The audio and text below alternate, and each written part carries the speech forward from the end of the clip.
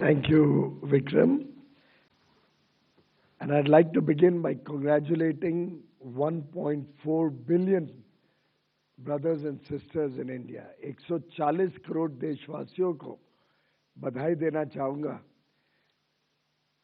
Just like Foreign Secretary just articulated in great detail, this visit is extraordinary. It goes far beyond a free trade agreement. It goes far beyond the humongous potential that is being unlocked with the free trade agreement. It is truly a statement of deep partnership and the strategic intent of the European Union and India coming together in a multitude of areas to strengthen our partnership, to work together for the shared prosperity and a better future for 1/3 of humanity. It is a reflection that when 25% of global trade decides to strengthen the strategic partnership, including with the free trade agreement, it unlocks the doors to defense cooperation, greater investments, to cooperation in the field of innovation and science, to further integration of financial markets. And therefore, I would term this visit, as very rightly pointed out by the Honorable Foreign Secretary, as a game-changing and transformational visit in terms of the strategic partnership between European Union and India.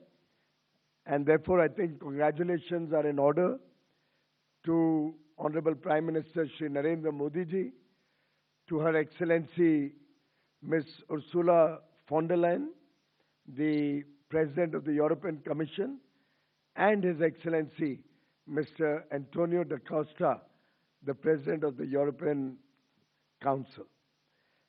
They have provided visionary leadership, which has further been strengthened with colleagues from almost all parts of government in both the European Union and India.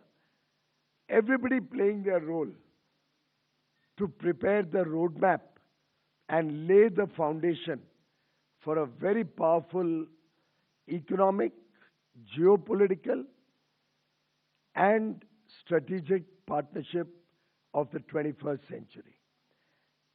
We are also very pleased to have concluded negotiations on, as Ms. von der Leyen herself has articulated, the mother of all deals, a free trade agreement which covers 25% of global trade.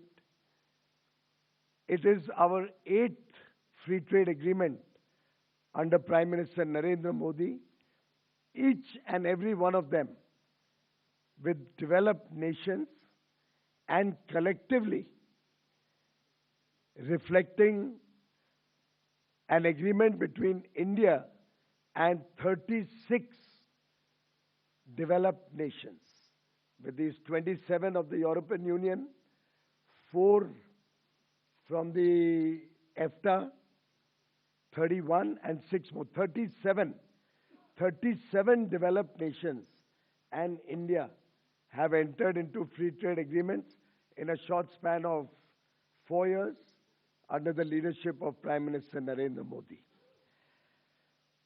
Friends, this breakthrough in the EU-India trade relations comes after 20 years.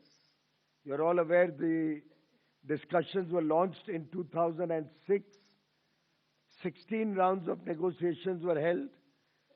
Sadly, in 2013, efforts were aborted and almost nobody ever imagined the European Union and India being able to come up with such a robust partnership framework as has been finalized by our leaders today.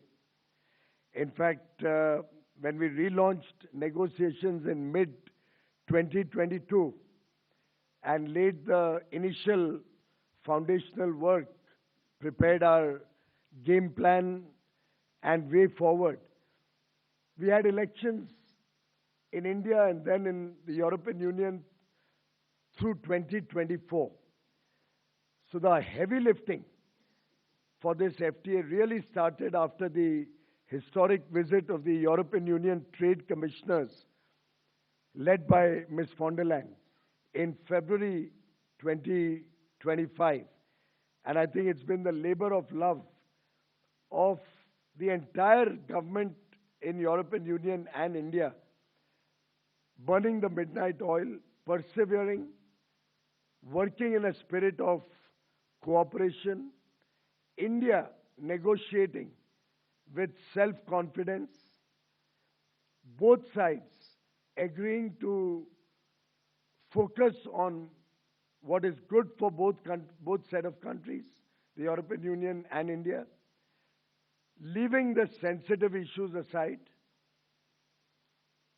and therefore coming up with a very balanced, equitable, and fair free trade agreement, which is a win-win for all sections of industry, both in India and European Union, opening up plethora of opportunities for investment, opening up markets which are complementary, with India gaining access significantly in labor-intensive industries like marine products, chemicals, footwear and leather, plastic rubber goods, textiles, apparel and clothing, gems and jewelry, furniture, sports goods, toys, and the European Union industries gaining access to the large and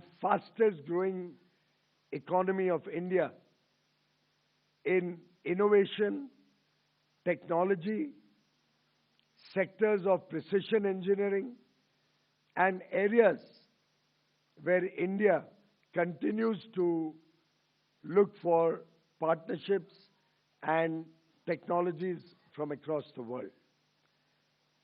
Friends,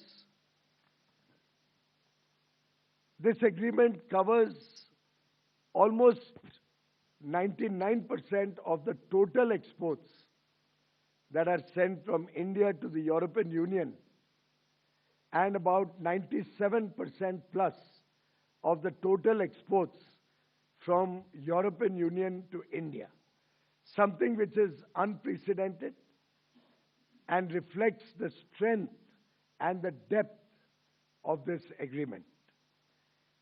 We have tried to address the asymmetry in economic development between the two nations with different per capita incomes, with transitional periods, but ultimately focusing on the complementary strengths of both economies, such that all 28 countries will stand to benefit. Collectively, the European Union today imports nearly $6.5 trillion worth of goods and nearly $3 trillion worth of services.